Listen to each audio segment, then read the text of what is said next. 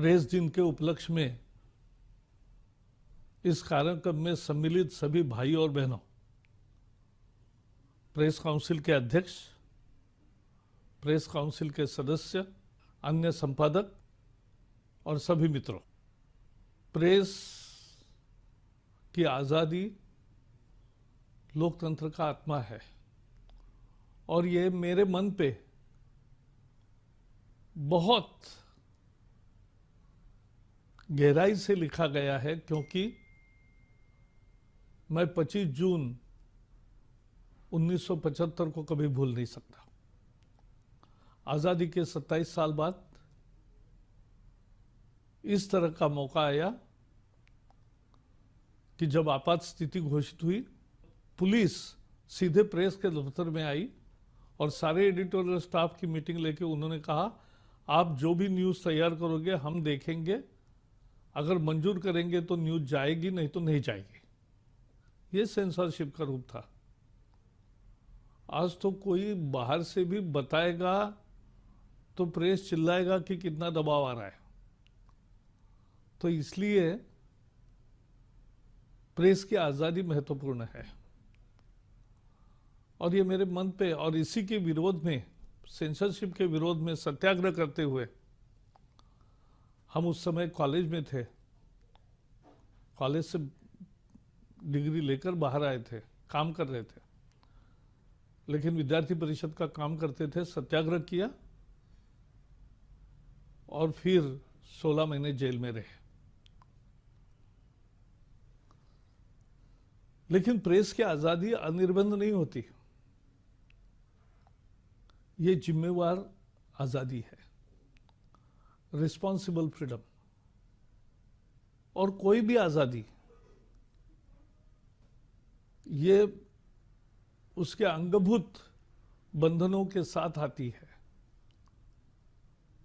कि एक responsible journalism करना है, सेंसेशनलाइजेशन नहीं करना है, लेकिन अपनी बात रखने की आज़ादी। लेकिन बात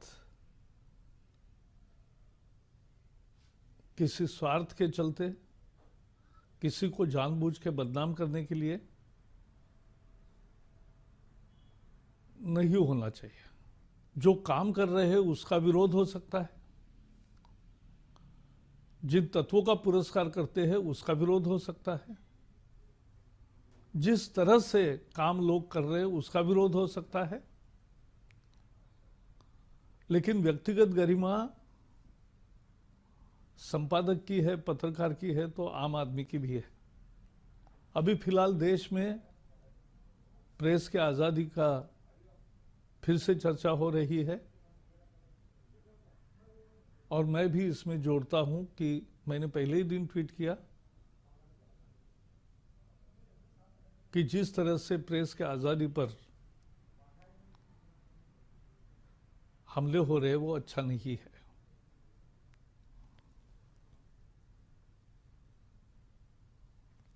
लेकिन दो विषय आज मैं जरूर रखूंगा। ये टीआरपी का क्या मामला है, इश्तिहार देने वाले इश्तिहार देंगे, उनको एक गाइड चाहिए कि कहाँ इश्तिहार देने से ज़्यादा फायदा होगा, किस समय देना चाहिए, कौन से कार्यक्रम में देना चाहिए, किस चैनल को देना चाहिए। यह एडवर्टाइजर का दृष्टि है और ब्रॉडकास्टर्स है जिनके यहाँ उनको इश्तिहार देना है। तो ये दोनों ने आकर एक टीआरपी की सिस्टम बनाई, बार्क स्थापन किया। हमने जानबूझकर, सरकार ने इसमें कभी हस्तक्षेप नहीं किया, क्योंकि भाई इश्तिहार देने वाला और इश्तिहार लेने वाला, ब्रॉडकास्ट करने वाला, इन दोनों के अगर एक राय है तो हम काय के लिए बीच में आएंगे।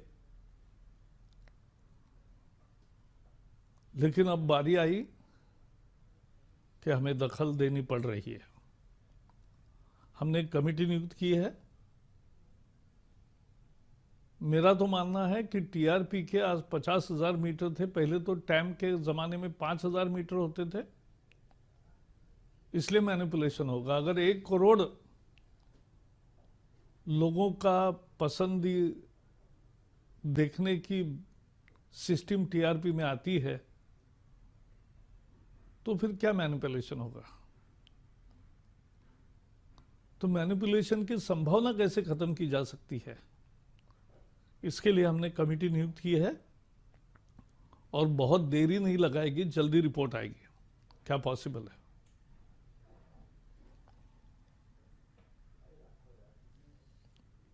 दूसरा मुद्दा है प्रेस काउंसिल। मैं भी सदस्य था सांसद के नाते। एक तरह से वो भी एक सेल्फ रेगुलेशन का अलग अवतार है। कानून है, सरकार नियुक्त अध्यक्ष है, लेकिन बाकी संपादकों के प्रतिनिधि, मालिकों के प्रतिनिधि, पत्रकारों के प्रतिनिधि, फोटोग्राफर के भी प्रतिनिधि, संसद के प्रतिनिधि, सभी प्रकार के लोग प्रेस काउंसिल में बैठते हैं। लेकिन लोग मांग कर रहे हैं कि प्रेस काउंसिल को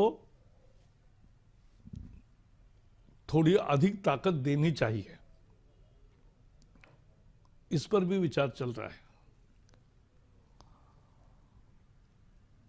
लेकिन टीवी चैनल्स के लिए तो प्रेस काउंसिल जैसी व्यवस्था नहीं है, तो वहां सेल्फ रेगुलेशन की व्यवस्था होनी चाहिए। आज एक संस्था बनी है जिसके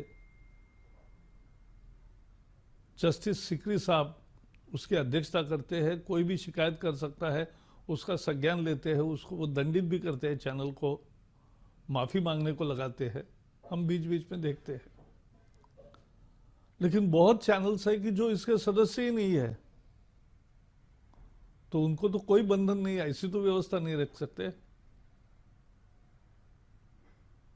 तो लोग हमें सुझाव दे रहे हैं कि आप भी कोड ऑफ कॉन्डक्ट एक बनाइए कि सभी चैनल के लिए वो कॉमन रहेगा।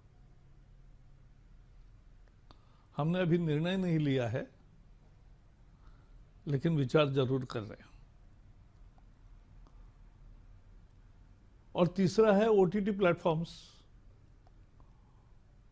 ना वहां प्रेस काउंसिल जैसी व्यवस्था है, ना वहां सेल्फ रेगुलेशन है। वहां बहुत अच्छे फिल्में भी होती है, साधारण भी होती है, बुरी भी होती है और बहुत बुरी भी होती है। इसलिए वहां भी